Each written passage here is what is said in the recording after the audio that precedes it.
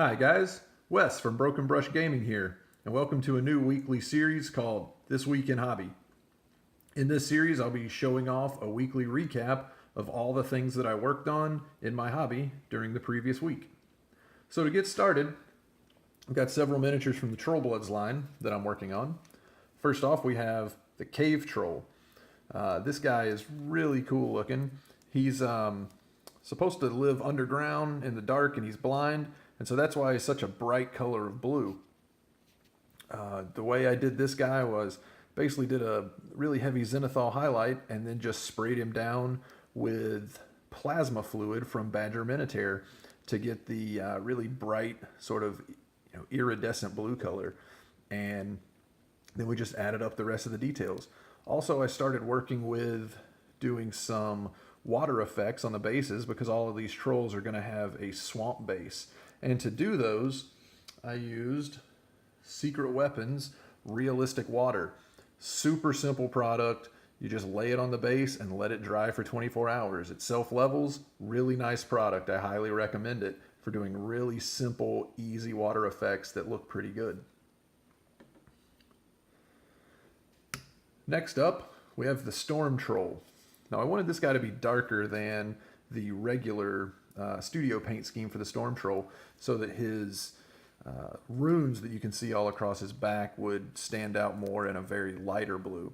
So we did the same sort of technique with this guy that we did with the Cave Troll, except that we used the Badger Minotaur Ghost Tint, just the regular blue color. And it gives this really rich blue, and just kind of came back in and highlighted some of the little rocks and stumps that are on his fingers, and went along with the little thing that he's wearing on his loins here to cover him up so we don't see all of his bits, and then the little stones and things that are on his backside there and on his front, we just did those in a bright blue to sort of match the runes that are on his back. And once again with the Secret Weapon water effects on the base. Next up, we had Braylon Wonderheart from the Troll Bloods line, and I really love this mini. It's just an amazing looking sculpt, so dynamic. I love the way the jacket is kind of blowing in the wind, and she's pointing her two shooters right at her enemy, and just loved painting this model up. And I think I might actually do another one of these for myself in the future, just to be a display piece, because I really like the way this miniature is made.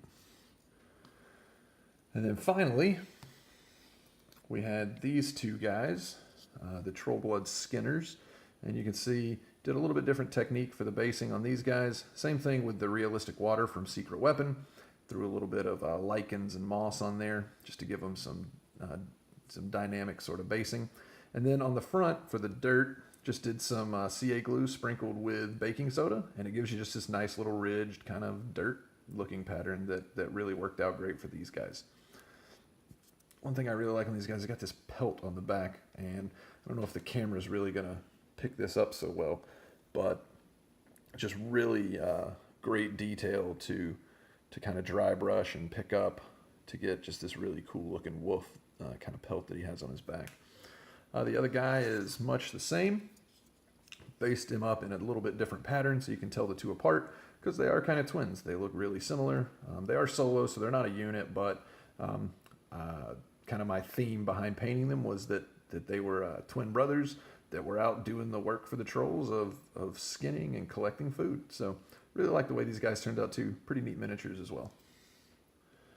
And then finally, I've only got a couple of the pieces here to show you, but been working on my Shadow War Armageddon terrain.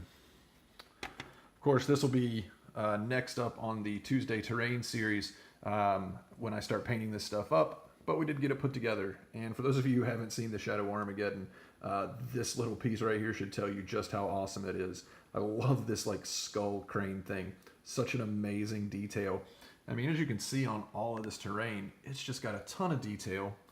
And as you can see here, just tons and tons of detail. All these little bits that are hanging from the gantries, I haven't even used all of those. I've maybe used 5 or 6, and there's probably 15 on there.